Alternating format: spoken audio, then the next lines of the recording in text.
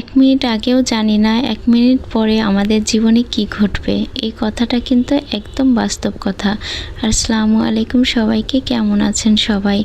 আশা করি ভালো আছেন। আমি প্রায় ১.৫ মাস ধরে পেজে অ্যাক্টিভ থাকতে পারি নাই। আর কেন পারি নাই কম বেশি এটা আপনারা অনেকেই জানেন। আসলে আমিও সেদিন জানতাম না আমার জীবনে আজকে কি ঘটবে। তবে অনেক বড় কিছুই ঘটে গিয়েছে।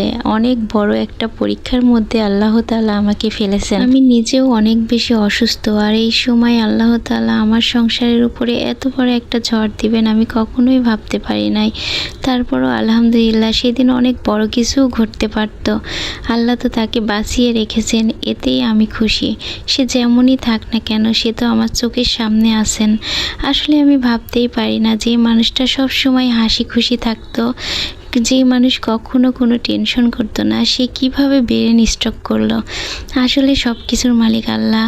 আল্লাহ কখন কার কপালে কি ঘটাবেন সেটা আমরা কেউ বলতে পারি না। ঠিক তেমনটাই আমার কপালেও ঘটেছেন। তারপরও আমি চেষ্টা করেছি আমার অসুস্থতার কথা না চিন্তা করে তাকে যথেষ্ট পরিমাণ সেবা যত্ন করার। এই ১.৫ মাস আমার জীবনে যে কিভাবে কেটেছে আমি কাউকে বোঝাতে পারবো না। আমি তার সামনে কাঁদতে পারি নাই, কিন্তু আড়ালে কেঁদেছি। অনেক কষ্ট লেগেছে। আসলে কাউকে আমি বোঝাতে পারি নাই এই কষ্টটা। তবে আমার পাশে যারা ছিল সব সময়ের জন্য, এখনও আমার পাশে যারা আছে তারা জানে আমি কি কঠিন দিন পার করেছি বা এখনও করছি। তবে আল্লাহর পরিকল্পনার উপরে কিছুই নেই। আল্লাহ আমাদের জীবন নিয়ে যেটা পরিকল্পনা করে রেখেছে সেটাই ঠিক ঘটবে। তো আলহামদুলিল্লাহ এখন তিনি অনেকটাই ভালো আছেন। সে একা একা চলাফেরা করতে পারে, একা একা বাহিরে যেতে পারে। সবাই আমার এই মানুষটার জন্য দোয়া করবেন, আল্লাহ যেন তাকে পরিপূর্ণ সুস্থ করে দেন। আর আমারও বিশ্বাস আছে আল্লাহর উপরে, আল্লাহ একদিন তাকে পরিপূর্ণ সুস্থ করে দিবেন ইনশাল্লাহ। আসলে বাবা মা বোন সবাইকে আমি হারিয়ে ফেলেছি। এই মানুষটা ছাড়া আসলেই আমার জীবনে কেউ নাই। আর সৃষ্টিকর্তা আমাকে যতদিন এই পৃথিবীতে বাঁচিয়ে রাখবেন আমি চাই এই মানুষটাকে নিয়ে বাঁচতে।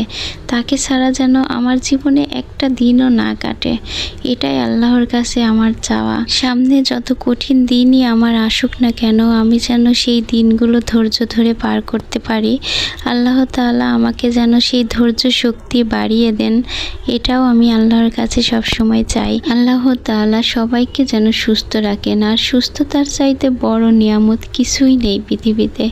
আপনার টাকা পয়সা গাড়ি বাড়ি সব কিছু আছে, কিন্তু আপনি অসুস্থ, দেখবেন কোনো কিছুই ভালো লাগবে না।